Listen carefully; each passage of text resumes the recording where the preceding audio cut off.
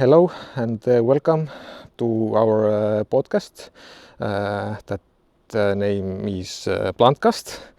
So today we are here at the Baltic Agro winter seminar. They are very kind and let us use the stage. Big thanks to them. And today is a special day. I have a guest here from far away, from Germany, Rene. Welcome to our podcast, and I hope you enjoy this podcast. Yeah, of course. Really exciting. And thank you very much for the invitation, Karel. Really a big pleasure to be a guest in your podcast and to have the chance to speak about rapeseed. Yeah, that's very nice that Rene has accepted my request for the podcast. So let's start. Rene, can you give us a short introduction of yourself? Are you a former farmer or your education and stuff like that? Of course, Karel. About me, my name is Rene Brand. I'm International Product Manager in Rapul already since 2015. Originally coming from central part of Germany, where I was growing up in an agriculture connected farm. So also my parents are working in the agriculture. My farmer as a sales guy, somehow similar company to Baltic Agro, for example. And my mother has a small company for sheep. So we have sheep production, 400 mother sheeps at home, and also now since more than 20 years already. So I'm, let's say, I don't have the background kind of an agronomist somehow with a farm in this kind of way, but somehow the family, since generations connected to agriculture. So based on that, it was for me all the time clear. I go also this way of agriculture. So there was no plan B. And luckily it works. I go then to university and jumped then into practice as a sales guy working for Monsanto DeKalb in my home area and also a little bit in this northern part of Bavaria, selling then rapeseed seeds and corn. And made that for 3 years and realized very well and very quick, okay, corn is definitely not my business. And that's why, was then very happy that I got the chance to move on then to Rapul. And doing that already now since 2015, mainly responsible for these Eastern European countries. And that's why, also then quite often here in the Baltics, somehow to help the colleagues, to help our partners, but also enjoying this contact, like with you and helping directly the farmers. Yeah, very nice. In the past, you mentioned or gave us show us some pictures of your rapeseed at home. So do you still have it or? So my father, next to his main job, has also a kind of a very small, let me say, hobby farming at home. I think somehow 6-8 hectares somehow. So he is doing that more or less as a hobby, but very very intensive. So that's really kind of very intensive farming. So in the last 3 years, he had rapeseed in the fields with good success and not so good success with kind of different experiences. This year, unfortunately not. So that was really somehow disappointing me. But based off his crop rotation decisions, he decided, okay, stop for 1 year and then we'll continue next year. Mm-hmm. Okay, very nice. So you seem to be a rapeseed guru in Europe. How did that happen? Well, I think rapeseed is a really fascinating crop. You have to know a lot about from soil preparation over sowing, how you make fertilization, and then plant growth regulation. So there is a lot of knowledge necessary really to make a good crop and a successful crop, and that is somehow fascinating me because. With all of these small decisions, which are necessary, it requires then also this, let's say, advice and experience. And here, somehow it started in the early time when let's say when I can somehow remember this fascinating big crop behind the house for my parents, and then the big combines came, and then with this nice smell after the harvest somehow. That was fascinating over all the time with me. And then also in university, I came in touch with rapeseed, and later with this job at Monsanto. I really enjoyed that to bring my knowledge into this business, and also to have a chance to learn more and more about it. So for example, let me say, in Germany say the stupidest farmer can realize the biggest potatoes. With rapeseed that is not possible, so you really need this knowledge, and I think you will never know everything about that, and that's somehow fascinating me. Yeah, that's really nice. For me also, what happened last year, that thing came into my mind, that I thought that I didn't know how to grow rapeseed anymore. That was the main question for me that I asked myself. And what did I wrong? So yeah, that was quite a challenging year for me, and also other farmers in Estonia as well. So I think, or I hope, next year will be better. Yeah, but Karel, I can definitely honest say to you, I had the same feelings. And even with this more than 10 years experience now in this rapeseed business and so on, I was very convinced many times about this or this decision, that this variety will give more yield, that this trial will be better than that one. And so I was very often totally wrong. And so at the end of this 2024 season, I was also somehow a little bit mentality down from this quite challenging season, and also asking myself, okay, what did I wrong? Why I could not see that?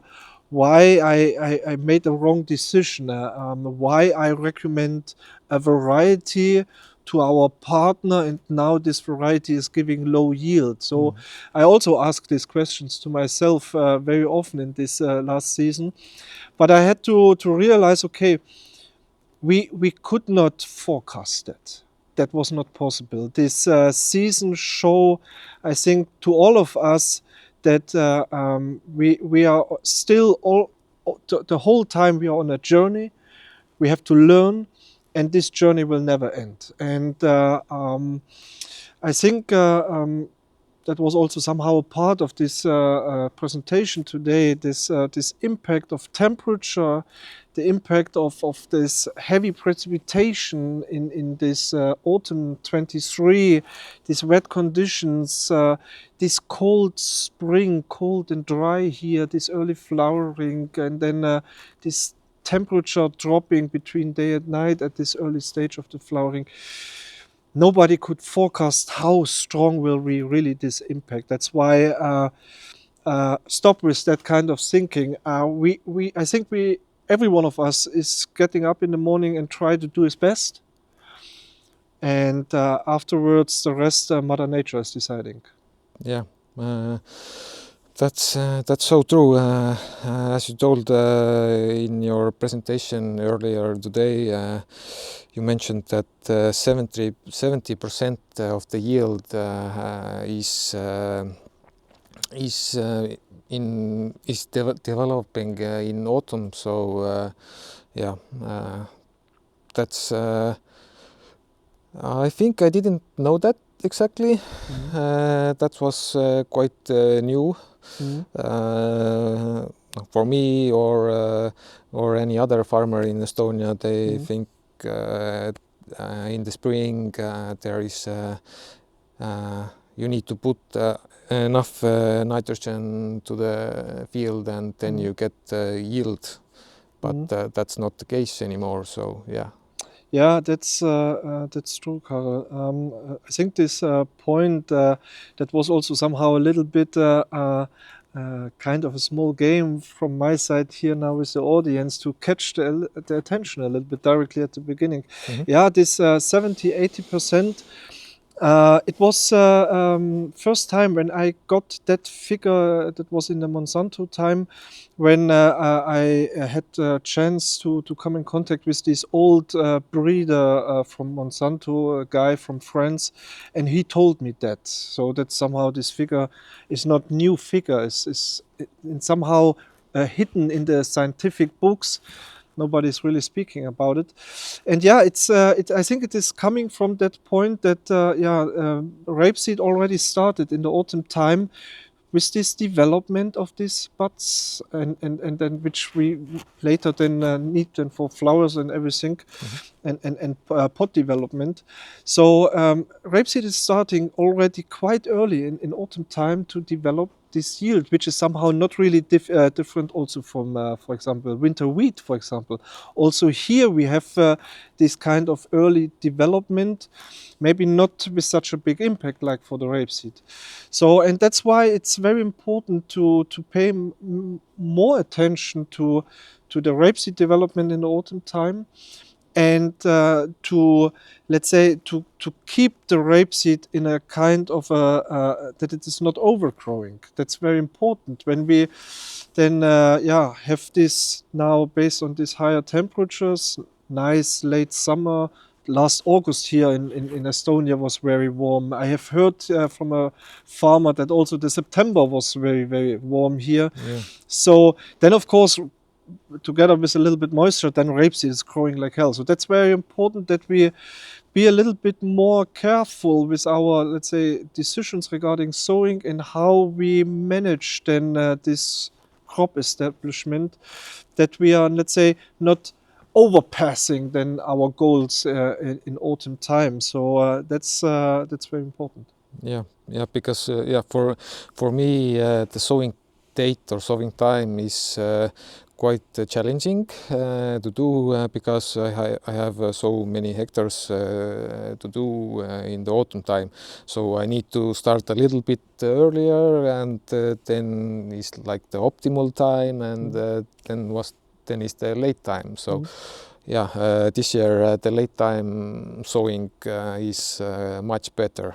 Even though I started later than I did in the previous years, so but still, yeah, as warm September or even November was quite warm, so the rapeseed kept growing and growing, so it was quite challenging, but I think when the almost like winter, because we don't have winter this year. Maybe it will come, we don't know. We can't forecast it, so let's see what the Mother Nature give us in the springtime. So I think, Karel, you mentioned the challenge, especially for farmers with more hectares, quite well. That okay, there's always a little bit of conflict. you cannot make everything in the right time. You have to start earlier. And I have full understanding for this situation, as you managed, or as you mentioned very well. I would say we have to try to find here a little bit of compromise. So for I think later sowing, for example, you can use then this this Lumiposa, this somehow premium seed treatment with this kind of extra biomass boost, helping somehow, even if we will get a cold autumn, to have enough establishment before winter. Regarding this early sowing, I would then propose and or recommend also then to other Estonian farmers here, full understanding. You have to start somehow one day, but why not to look for varieties with somehow, yeah, not so strong development. Okay, today most of them are quite vigorous, but there is a chance to make kind of a selection out of that. And additionally, why not to grow this rapeseed without fertilizer?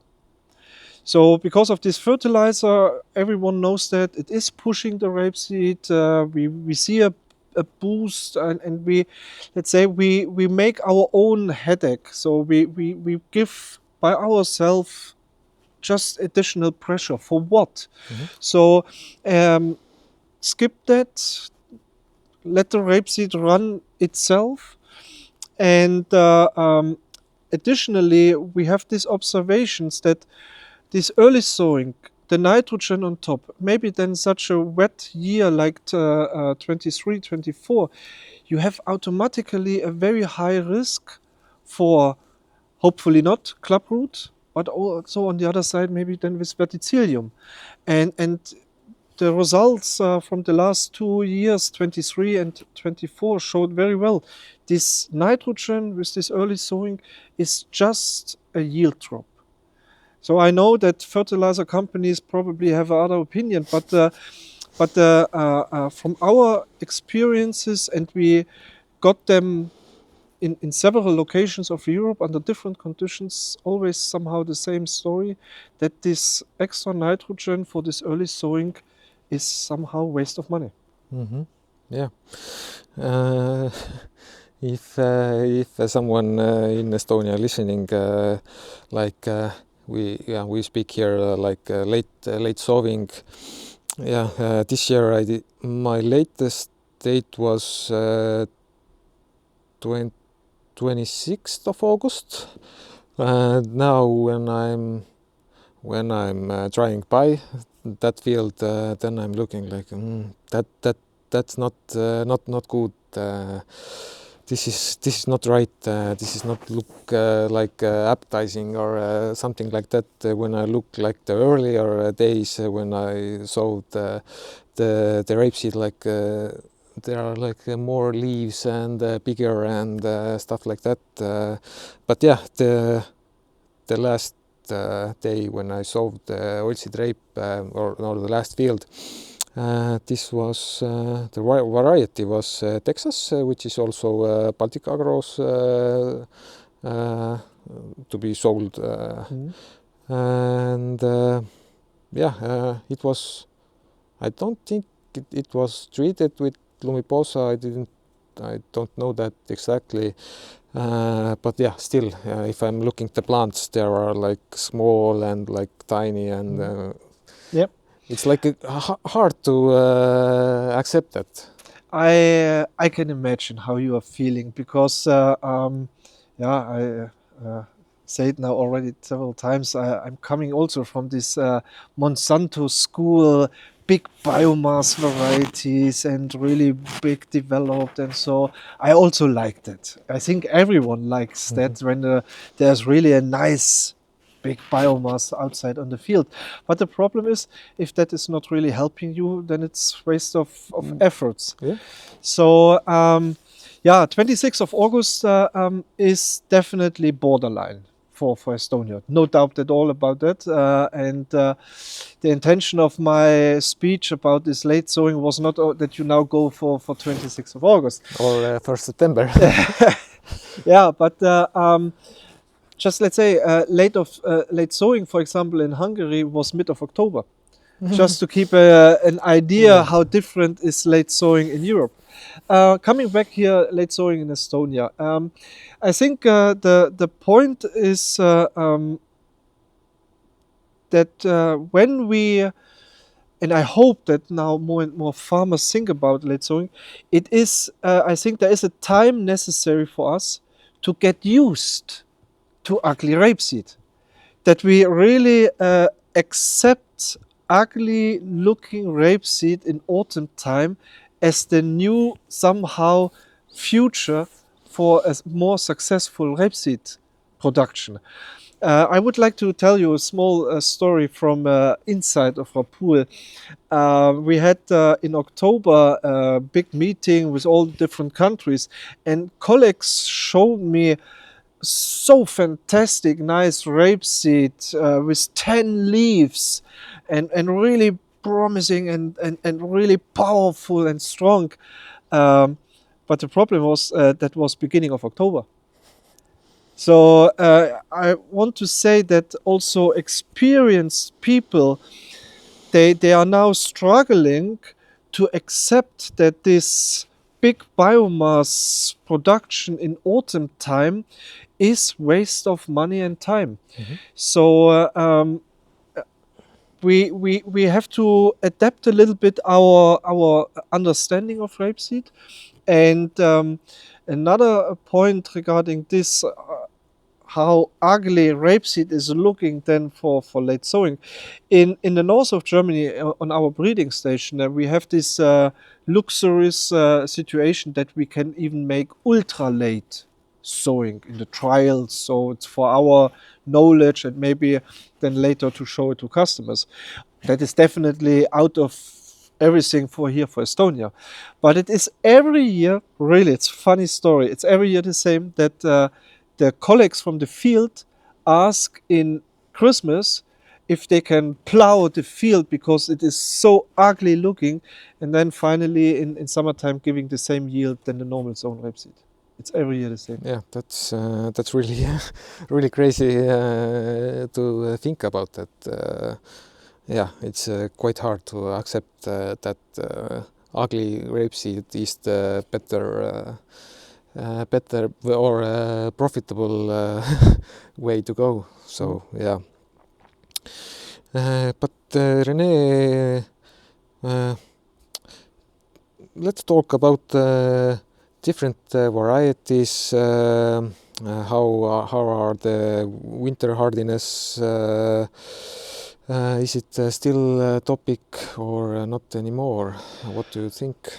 Yeah, of course, winter hardiness is that will be always a topic. Not for whole Europe in general, but for countries like Sweden, then the whole Baltic market, but also Belarus, just to mention the neighborhood, parts of Ukraine.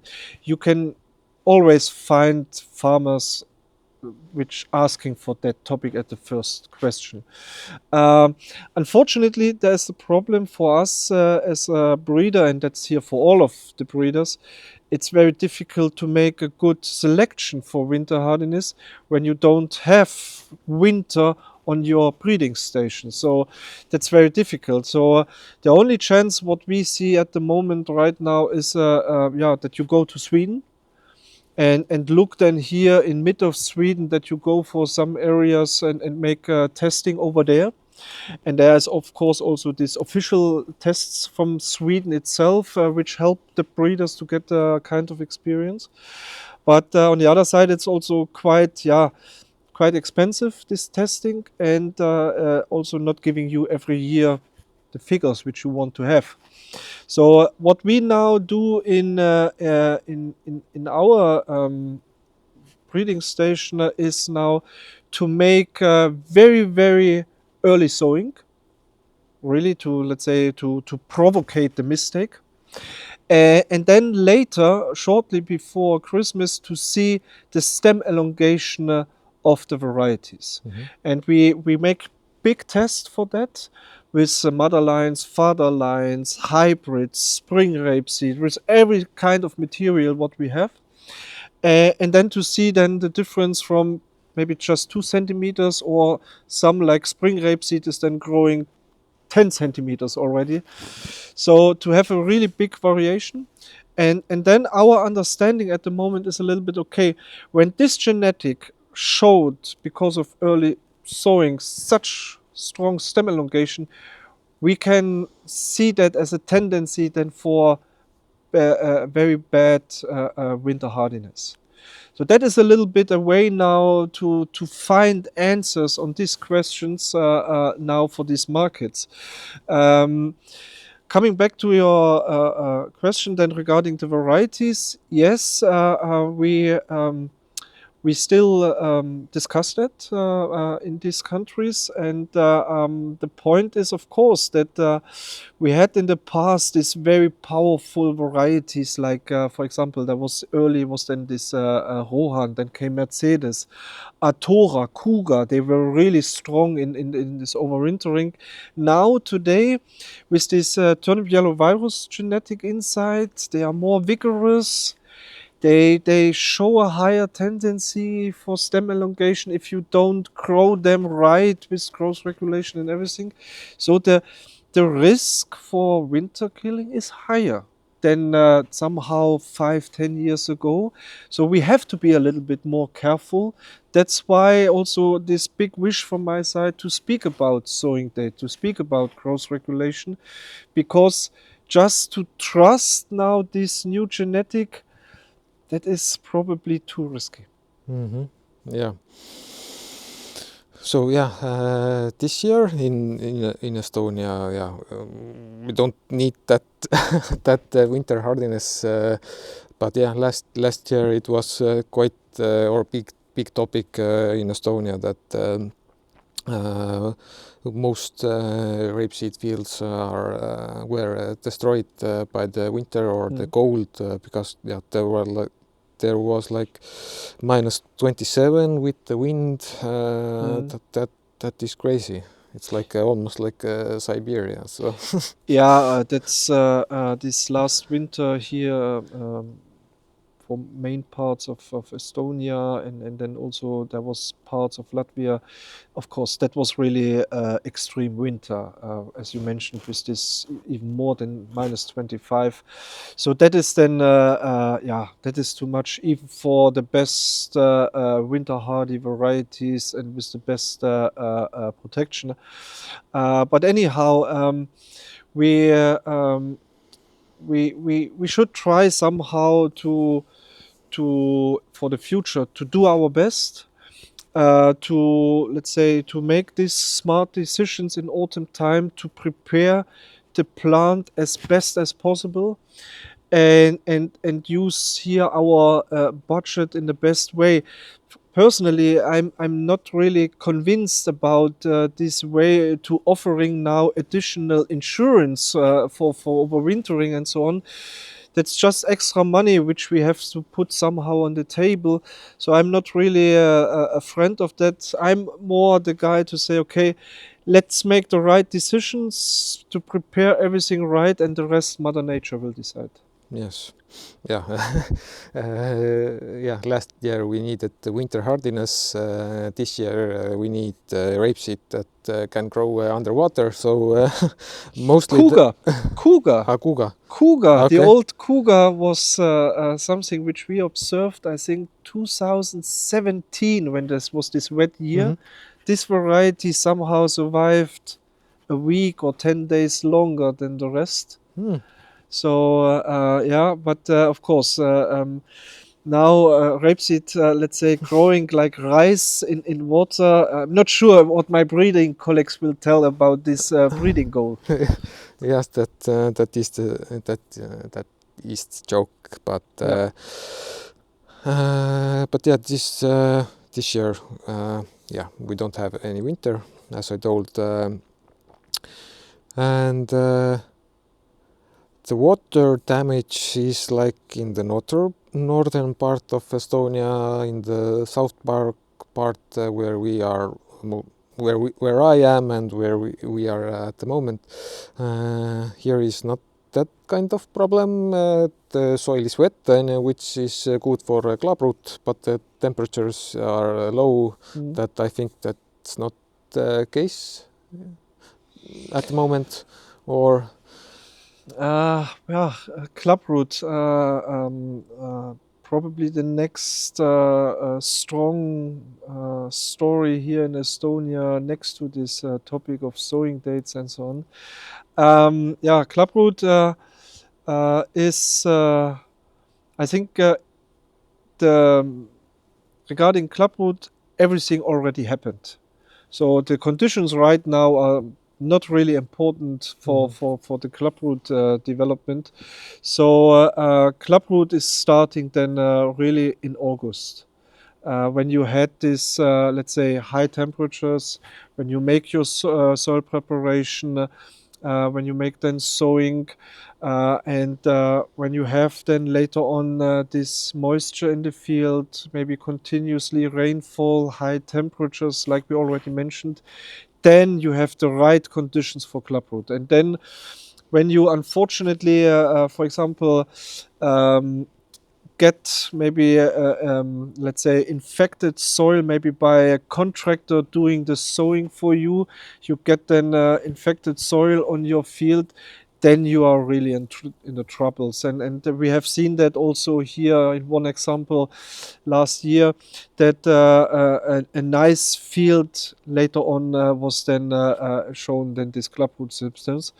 So we have to take more attention from the starting point, starting also here to look for the sowing dates, because earlier sowing, higher temperature in the soil, higher activity of these spores if we have the moisture.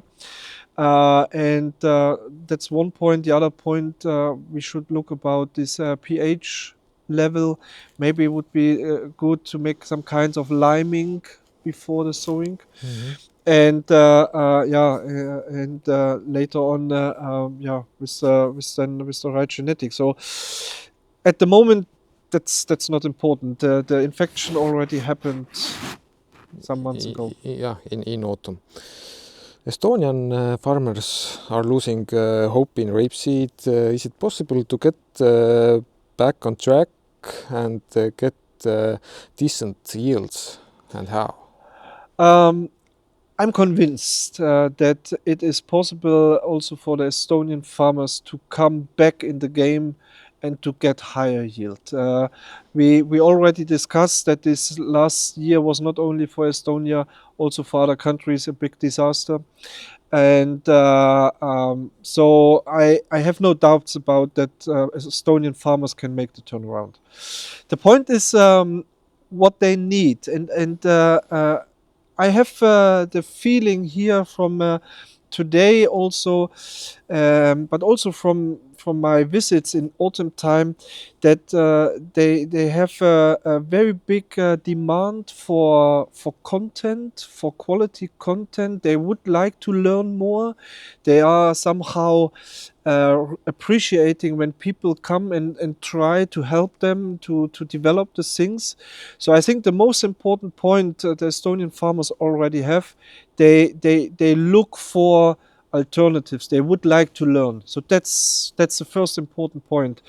Yeah, and then the other points are that we somehow have to accept all together. That means from our side as a breeder, from side of Baltic Agro, for example, as a seed supplier then to the market, and then from your side as the farmer itself, we have to accept that we're all somehow sitting in the same boat, and that we somehow have to adapt maybe a little bit to rethink how we are growing rapeseed. So a little bit the knowledge what we have today, that is somehow written in 20, 30 years old books, and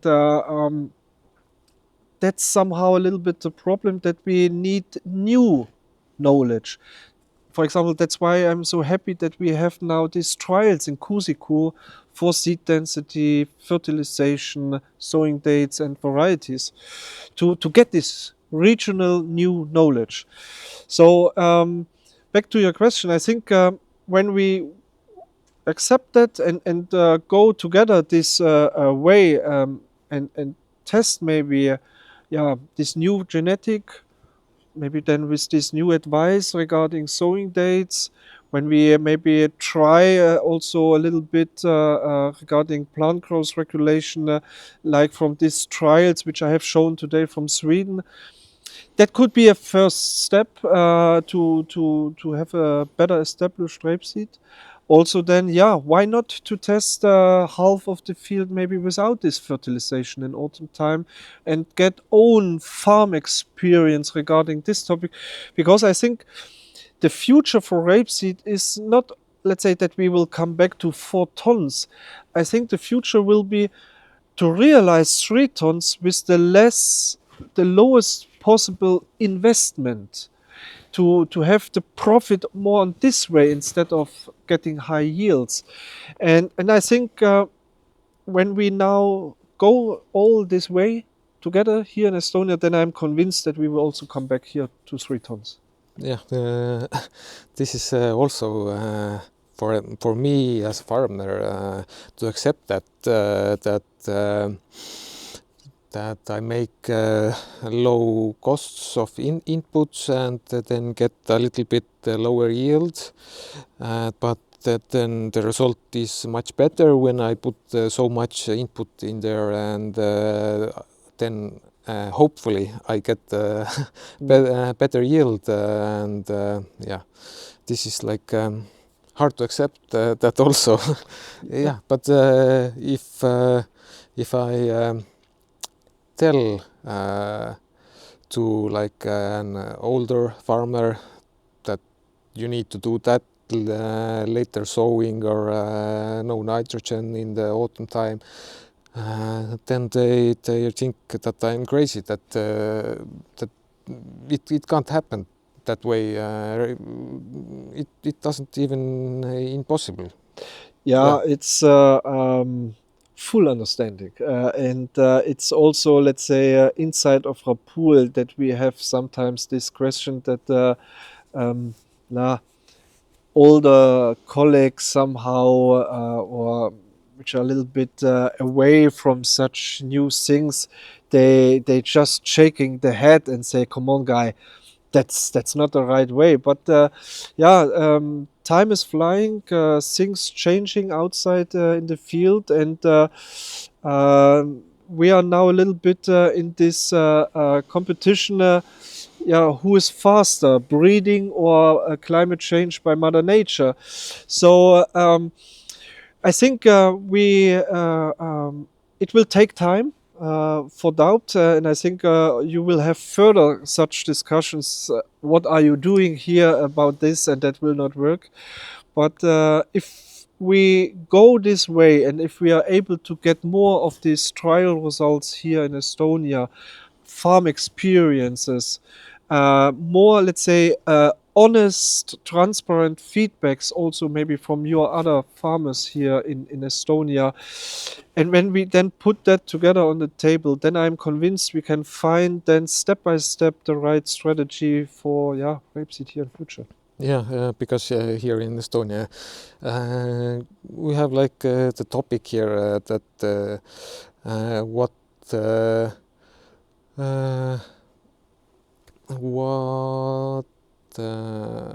we need to what we need to sow apart from rapeseed. Is it peas or beans or something like that?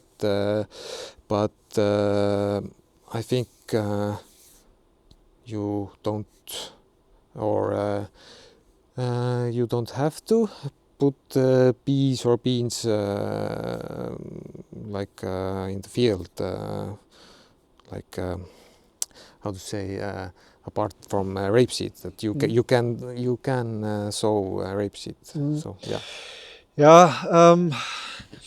let's say honestly a little bit, you are really somehow a little bit fucked by the situation that you are limited in your availability of crops and pre-crops, maybe then for cereals and on. And yeah, I can also understand that's quite difficult to establish then beans or peas instead of rapeseed and somehow have the same profits for the farm. But of course, I have to tell you, because I'm coming somehow not only from a rapeseed breeder, we are also breeding beans and peas. So I have to say, of course, they are also very attractive alternatives. But of course, yeah, it's somehow limited here under these growing conditions in Estonia. And yeah, we already discussed that spring 24 was also not quite easy for spring crops. So yeah, the point, rapeseed is a very important breaking crop in the rotation. It helps you a lot to somehow clean problems from coming from cereals and so on, different kind of weeds and so on.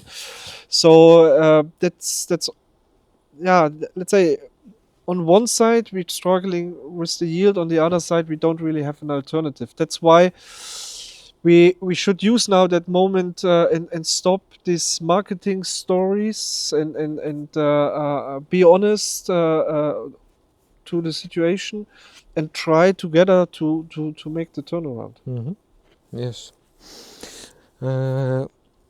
I also have a question that as you have traveled in different parts of Europe and seen probably different actions in rapeseed, what are the main and biggest mistakes that farmers do? Well, uh, I think there's not really so big differences to Estonia.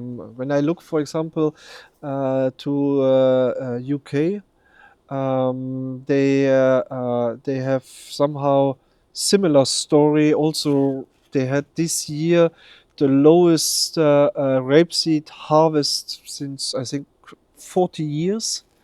Uh, Based on this Brexit, they are now really in trouble because they are somehow skipped from the European Union. It's very difficult for them with the import. In the past, they had somehow 2 million tons rapeseed production every year. They have the oil crushing factories and everything, and today they harvest less than 1 million. So it looks really difficult for them. So main problem, flea beetle. So same story, no insect control really anymore after this ban of the neonics. So they somehow reduced the acreage, but the problem's still the same. And then they were somehow thinking, okay, we have to make more early sowing to have really nice, strong, robust plants. Then when the flea beetle is coming, so they can eat somehow, no problem, but we still have something to survive. Problem is that with this, huge time, huge biomass production, they have then even more temperature accumulation than you can imagine. And yeah, since a couple of years, the yield is going step by step down, down, down. I think also here, I think the jump from the traditional sowing dates to the early sowing dates, that was too strong, too fast, too quick. And I'm convinced also in this country, my colleagues from NPZ UK, they pushing this story of late sowing, and we somehow try to get better experience for that. So one example. Other example I think is then early harvest. Or let's say in some countries they make even with glyphosate for before ripening to have a fast homogeneous ripening. I think also this is a kind of a quite strong mistake, because give the time to the rapeseed. Today, these varieties, if there is not really a big hailstorm coming, then it's not really a big story if the variety has pod shatter resistance or not pod shatter resistance. Important is it is a healthy variety. Then give time to that variety, let it out on the field, and harvest it even after the winter wheat. For somehow of more and more of these new hybrids, that's not really a problem anymore. They are quite stable. You get a little bit more yield, you get a little bit more oil content. So that's another point which we still see quite often in the field, this early harvest. And then the last point, maybe just shortly to mention that too aggressive plant growth regulation in springtime. So in many cases, farmer underestimate that there is stress already outside in the field, temperature dropping between day and night, a little bit dry. And when you then come with a strong plant growth regulator and you want to harmonize the plant lengths, that everything is nice, it can be in some cases that the rapeseed is growing backwards. So that is a little bit somehow what I also see in other countries. Okay. Yeah, I don't remember when did you mention that earlier in last year. You mentioned that we need to push flowering as long as possible to to be like flexible for the late frost or something like that. Yes. That requires growth regulations. But where is the line? I like. Now you catch me. I say this, and now you came with this. What I said in the past. Okay, I like. Yeah, it's true. We have official trial results showing very clear spring. Let's say using fungicides or growth regulation makes no sense. There's no profit. You make just even losses. It's not necessary anymore. I think all of these trials have in focus lodging resistance. But I think except a few candidates, but most of these new varieties coming from the different breeders, they have already a very good lodging resistance. So there is not this problem like we had that maybe 10 years ago. So lodging resistance, when we look for this topic, is not really the point anymore. Now with this point, start of flowering, we start last season a new project. And in this project, we were looking exactly for this topic. Can we influence the start of flowering by growth regulation or fungicide spraying? And here is our idea behind that we do it as early as possible. So I remember really at the beginning somehow when I think when also somehow Carex came to the market. So when they start to speak, okay, this early application when let's say when the rapeseed has the stage of boots, rubber boots, then to do it. So our intensity is somehow to make first spraying when there is 25 centimeters of rapeseed height, to make first spraying, and then immediately shortly after when we have around 40 centimeters to make the next spraying. So really somehow to put the rapeseed under pressure and to somehow to push the start of flowering later. And we will do that in this special PGR trial network, which we have now on 6 locations in Europe, in a way that we have always 2 blocks, early zone block, a late zone block. And in each block, we have a very strong PGR strategy and a moderate strategy.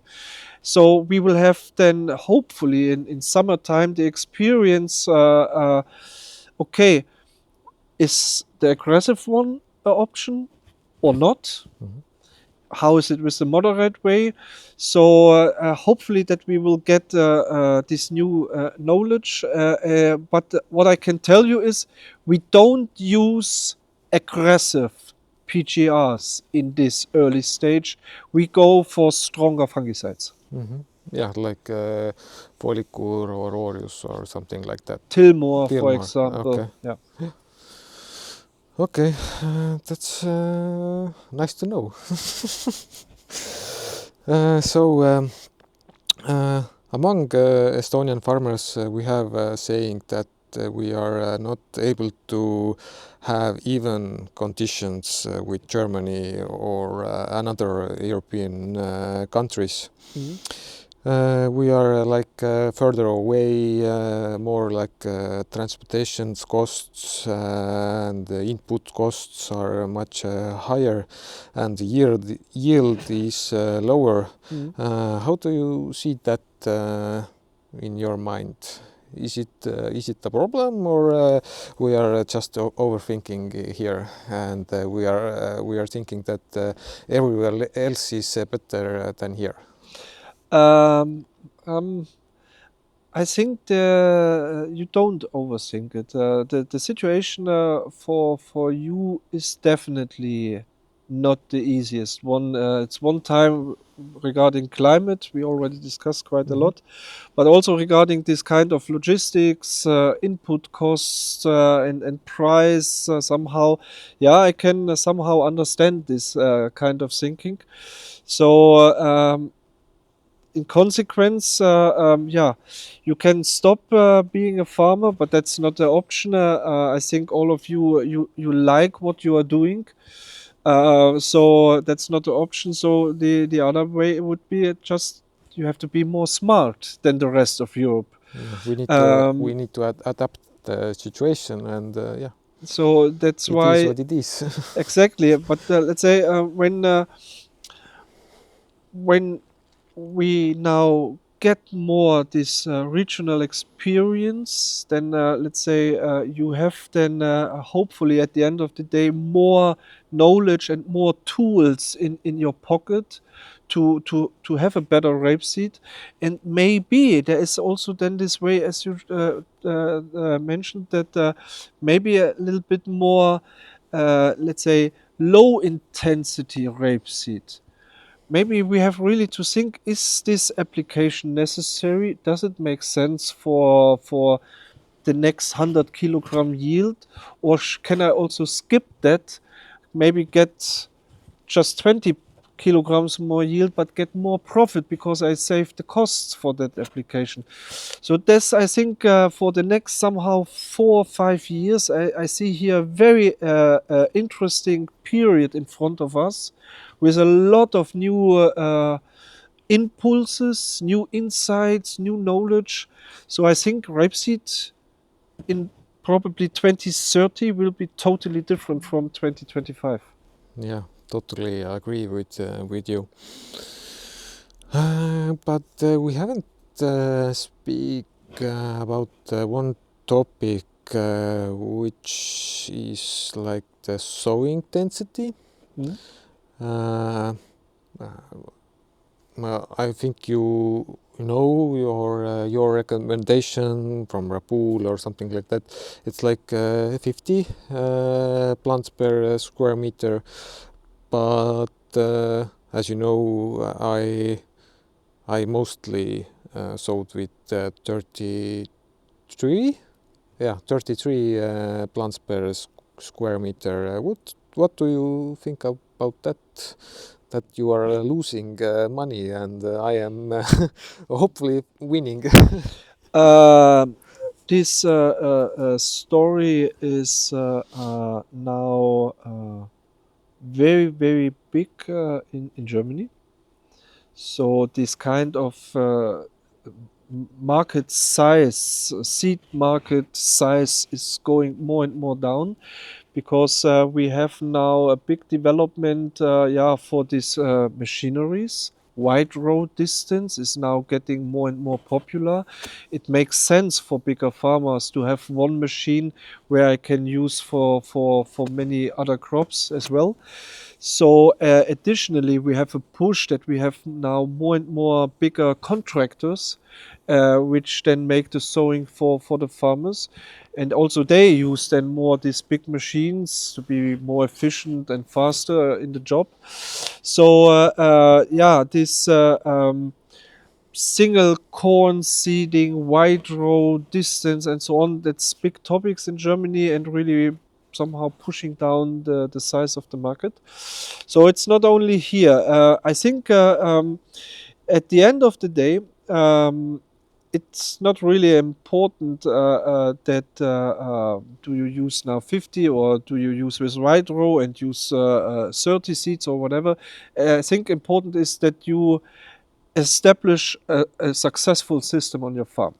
So I think that's the most important thing. Back to your question regarding now this seed density recommendations. Of course, there is somehow a general recommendation somehow for Europe, 50 seeds. Somehow that will catch everyone. Is it still the truth somehow for everyone? Probably not.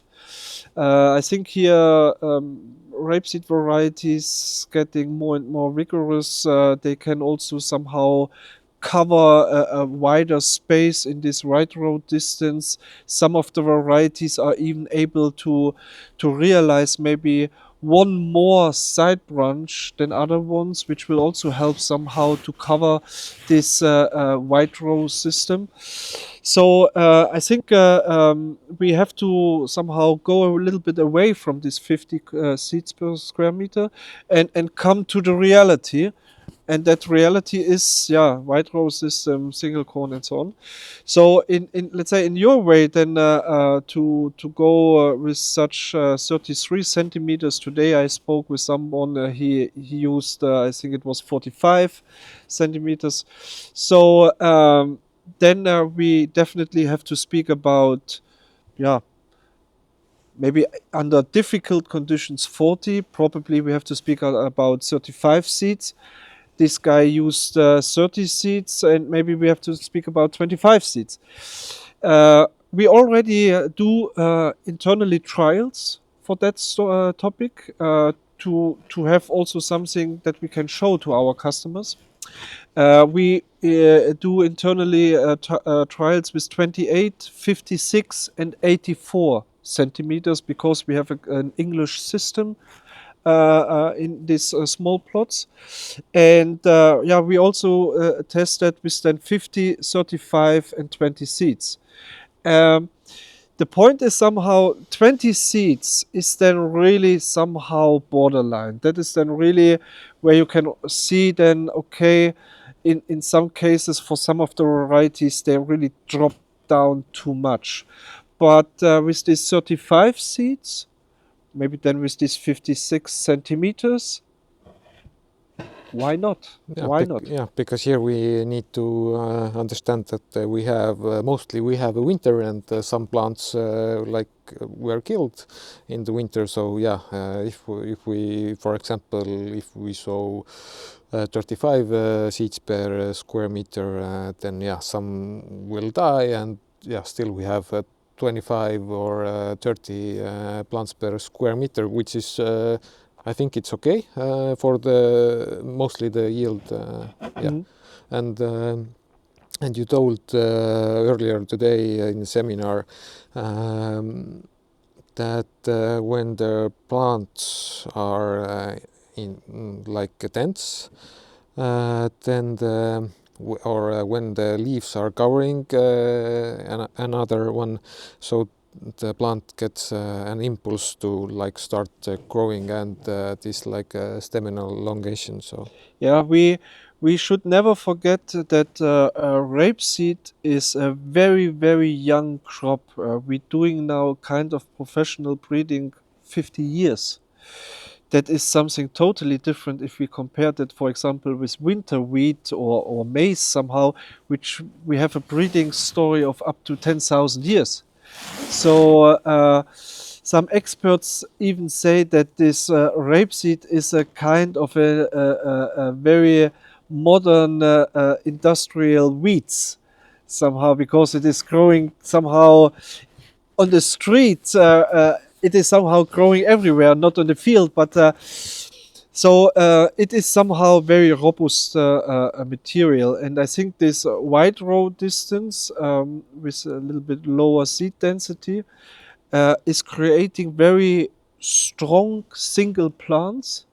So if we, let's say, were successful, that they were somehow emerging well and passing cotyledon in early stage, then they usually are very powerful.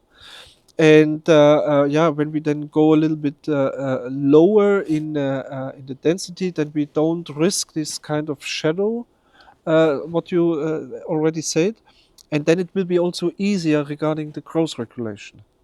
So that's a little bit somehow also something which we should never forget, to have less stress at the end of the day. Rene, last question to you. What are the strengths that Estonian farmers have over the other countries? Jesus Christ, Karel, what a question! Wow. I think I have never got such a question, to be honest. Yeah, I think today I have mentioned something to a visitor here from this seminar. I really like that that the people come to these opportunities to come to such seminars, to get the knowledge, and to come in contact with the companies, to look for new ideas, and maybe to also to exchange with other farmers.